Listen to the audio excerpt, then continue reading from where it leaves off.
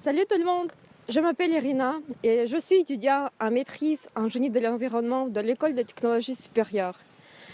Ce qui me motive à soumettre ma candidature, c'est que j'ai envie de m'impliquer un petit peu plus que je fais mon étude. Et je me demande toujours, est-ce que je suis capable d'apporter une influence positive de la problématique de développement des transports électriques, d'énergie renouvelable. Et il me semble que oui. Et donc, j'ai obtenu mon baccalauréat en Russie, en génie de l'environnement, et je continue ma formation ici au Canada. Comme vous savez, l'une des principales causes de réchauffement climatique, c'est les émissions de dioxyde de carbone à l'atmosphère. Je me souviens comment nous avons discuté de cette question avec mes collègues à l'université en 2005 durant la ratification des protocoles de Kyoto par la Russie. Et donc, la façon la plus logique pour résoudre cette problématique, j'ai trouvé l'utilisation des sources énergétiques alternatives et aussi comme développement de réseaux de voitures électriques. Dans un contexte de changement climatique et de réduction des émissions de gaz à effet de serre, la gestion du transport joue un rôle fondamental afin d'atteindre une mobilité réellement durable. Pourtant, les nouvelles technologies ouvrent la possibilité d'implanter de nouveaux modèles dans le domaine du transport. Aujourd'hui, l'industrie des véhicules électriques se développe plus en plus, ce qui à l'avenir pourrait nous aider à diminuer la quantité des émissions de gaz à effet de serre.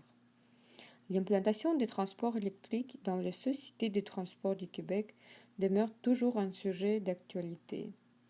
Mais malheureusement, plusieurs aspects viennent freiner cette progression, comme par exemple l'installation d'un nombre suffisant de bornes de recharge de voitures électriques, l'inertie politique, le lobbyisme des pétroliers et une population qui est difficile à sensibiliser.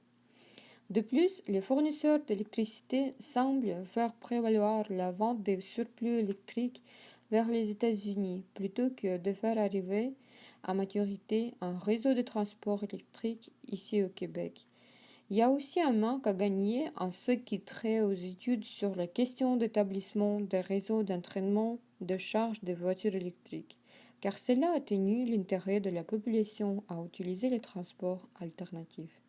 La solution que je propose est d'inventer un système de recharge des batteries sur le long des routes en jumelant des bornes de recharge et les plaques d'induction intégrées dans les couches de la route, celui qui produit les champs électromagnétiques pour transmettre l'énergie entre une source et une destination.